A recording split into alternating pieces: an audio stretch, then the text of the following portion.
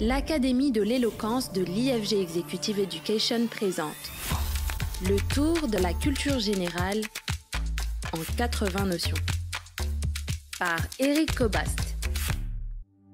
Saison 6, le souffle de l'histoire. Dans un texte rédigé en forme de pastiche, projet de paix perpétuelle, le philosophe allemand Emmanuel Kant rappelle que jusqu'alors, aucun traité de paix digne de ce nom n'a jamais été conclu. La paix semble particulièrement problématique et se ramène le plus souvent à n'être qu'un simple armistice. Je cite le texte de Kant de 1795. « Un pareil traité ne serait en effet qu'un simple armistice, une suspension d'armes, et non la paix qui signifie la fin de toutes les hostilités, et à laquelle on ne peut ajouter l'épithète perpétuelle sans commettre par là même un pléonasme suspect. Paix perpétuelle, en effet, le pléonasme est suspect. » Le mot paix, par lui-même, a une étymologie intéressante. Soit on le fait dériver du latin pangere, fixer, ce qui suppose une instabilité initiale, un chaos que la paix devrait transformer en harmonie. Pour cette raison, elle serait donc seconde et artificielle. Ou bien alors, autre possibilité, il s'agit d'une interjection grecque, pax, qui signifierait silence, ce qui présuppose un brouhaha initial. Bref, on l'a compris, la paix n'est pas première et surtout elle n'est pas donnée. L'intérêt de l'approche kantienne réside dans l'idée que la question doit être posée moins aux politiques qu'aux juristes.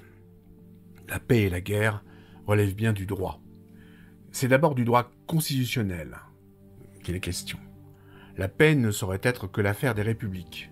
Je cite, « Lorsque la question de savoir si la guerre aura lieu ou non, cela ne peut être décidé que par le suffrage des citoyens.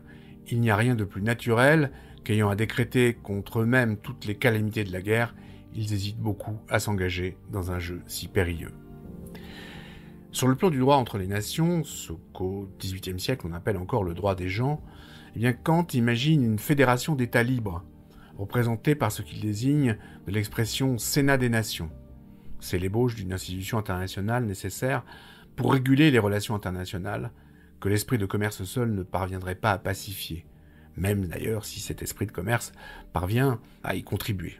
Une ruse de la nature pour pousser les peuples à l'harmonie. Je cite le texte, « Si la nature sépare sagement les peuples, que chaque État voudrait agglomérer, soit par ruse, soit par force, et cela d'après les principes mêmes du droit des gens, en revanche, elle se sert de l'intérêt réciproque des différents peuples pour opérer entre eux une union que l'idée seule du droit cosmopolitique n'aurait pas suffisamment garantie de la violence et des guerres.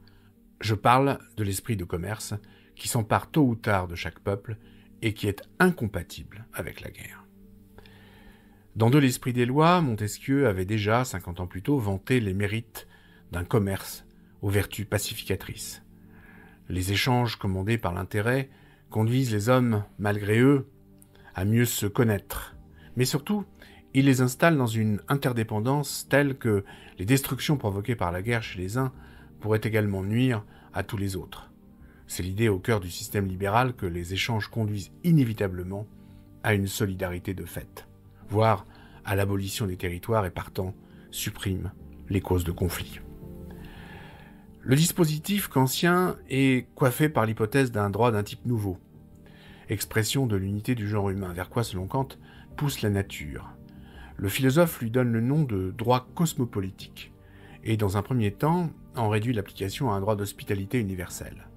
De fait, son contenu est pour l'heure difficile à imaginer, puisqu'il suppose une unité politique et juridique de l'ensemble des nations.